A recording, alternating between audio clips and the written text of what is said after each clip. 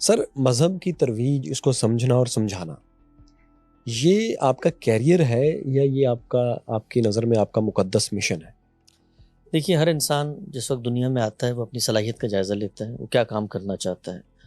میں نے جس وقت انٹرمیڈیٹ کیا اور بیسک جو نالج ہے براڈ بیس وہ حاصل کر لی، تو میں نے دیکھا کہ میری ذات، میری شخصیت کس چیز کی طرف مائل ہو رہی ہے۔ ایک ہسٹری بھی تھی میرے خاندان کے بزرگ بڑے لوگ علماء تھے، مجھے بچپن سے مذہب کی گھر میں تعلیم دی گئی، تو میں نے یہ محسوس کیا کہ مجھے دین کی تعلیم حاصل کرنی چاہیے۔ میں مذہبی شخصیات سے انسپائر ہوا، ان کے کام کو دیکھا، اور پھر اس کے بعد میں نے مذہب کی تعلیم حاصل کرنا شروع کر دی۔ جب حاصل کی تو وقت گزرنے کے ساتھ ساتھ میری اسپیشلائزیشن اس میں پیدا ہوئی، یہی میرا کیریئر بن گیا، یہی میرا ذریعہ معاش بھی ہے، اور یہی میری ایمبیشن بھی ہے، یہی میرا پیشن بھی ہے، یہی میرا اوڑھنا بچھونا۔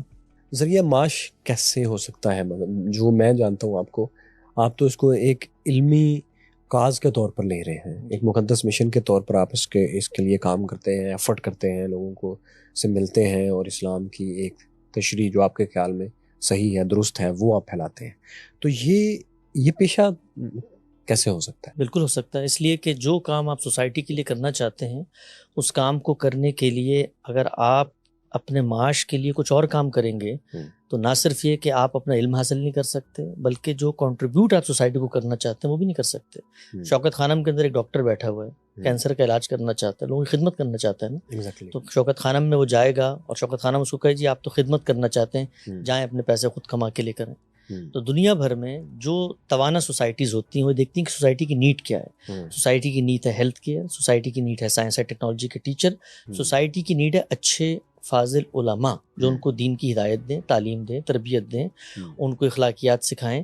وہ لوگ جب جاتے ہیں یہ کام کرنے کے لیے تو ان کا گھر کیسے چلے گا؟ اس وقت ہمارے ہاں ملک کے اندر پوری کی پوری بیوروکریسی ہے، وہ ملک کا نظام چلانا چاہتی ہے، کیسے چلتا ہے؟ میری جیب سے پیسہ جاتا ہے، میں ٹیکس دیتا ہوں، میں کنٹریبیوٹ کرتا ہوں حکومت کے کام چلانے کے لیے۔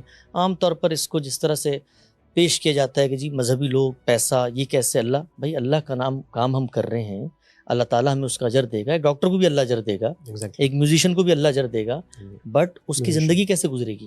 لوگوں کی کنٹریبیوشن سے گزرے گی، یا سوسائٹی کنٹریبیوٹ کرے گی یا اسٹیٹ کنٹریبیوٹ۔ اسٹیٹ کو چلانے کے لیے سوسائٹی کنٹریبیوٹ کرتی ہے، یونیورسٹیوں کو چلانے کے لیے سوسائٹی کنٹریبیوٹ کرتی ہے، تو مدرسے ہوں، مذہب اسلام کے ادارے ہوں، ایجوکیشن لرننگ سینٹر ہوں، ان کو سوسائٹی دیتی ہے۔ اس کے اندر ٹرانسپیرنسی ہونی چاہیے جیسے باقی جگہوں پہ ہوتی ہے۔ پرابلم یہ ہے کہ جو مذہب کے نام پر لوگ کام کرنا چاہتے ہیں ان کی ذریعہ معاش سوسائٹی فراہم کرے، اس میں کوئی پرابلم نہیں ہے، کوئی بری بات نہیں ہے۔ آپ ویسٹ کے اندر جائیں، ہزاروں نان پروفٹ آرگنائزیشنز بنی ہوئی ہیں، وہ نان پروفٹ ٹیکس ایگزمپشن ہوتی ہیں، گورنمنٹ ان کو سپورٹ کرتی ہے۔ سوسائٹی کے لیے قابل فخر بات ہوتی ہے کہ یار ہم کسی ایسے کاز کے لیے جو دنیا کو بہتر کر سکتی ہے، جو لوگوں کی تعلیم تربیت کا کنٹریبیوٹ کرتی ہے، لیکن ہمارے ملک میں یہ ایک تہمت بن جاتی ہے۔ مذہبی لوگ، یار مذہبی آدمی کو کیا ضرورت ہے، اس کو کیوں پیسے، اس کا پیٹ نہیں ہے، اس کے بچے نہیں ہیں، اس کا گھر نہیں ہے، اس کو کنٹریبیوٹ کرو، اس کو بہتر سے بہتر سہولت دو، اور یہ دیتے ہوئے بھی یہ نہ ہو کہ جی ہمارے پیسوں پہ، کبھی آپ کے منہ سے یا میرے منہ سے نکلتا ہے یار یہ سیکٹری جو ہے، چیف سیکٹری، یہ میرے پیسوں پہ پل رہا ہے، اس کی کیا؟ بھائی میں نے اسٹیٹ میں رہنا ہے، اسٹیٹ کا کام ہے میری پروٹیکشن، تو میں کنٹریبیوٹ کروں گا ٹیکس کے ذریعے، تبھی تو اسٹیٹ مجھے پروٹیکٹ کرے گی۔ تو مذہبی لوگوں کو سوسائٹی کنٹریبیوٹ کرتی ہے۔ اگر مسلمانوں کی گورنمنٹ اسٹیٹ کو کرنا چاہیے، اسٹیٹ نہیں کرتی تو عام آدمی اٹھتا ہے، وہ میری علمی فکری خدمات کو دیکھتا ہے، وہ ان اداروں کو فنڈ کرتا ہے، ان اداروں میں ڈونیشنز دیتا ہے، ان اداروں کے اندر ایک سسٹم بنا ہوا ہے، وہ سسٹم ہر دنیا کے ملک میں اس کے قانون کے مطابق ہوتا ہے۔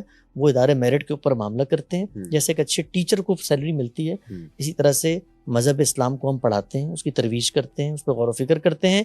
بڑے بڑے اداروں نے ہمیں فارغ رکھنے کے لیے کہ ہم 8 گھنٹے پیسے کمانے کے بجائے تحقیق کریں، اس کے لیے ہم وہ کنٹریبیوٹ کرتے ہیں۔ بالکل اس طرح آپ کہہ رہے ہیں کہ جیسے ہسٹری میں سائنسدانوں کو، فلاسفرز کو بادشاہ کا جو دربار ہوتا تھا وہ فیسیلیٹیٹ کرتا تھا، تو وہ پھر اپنا کام کر پاتے تھے۔ البیرونی اس کی بہت بڑی مثال ہے۔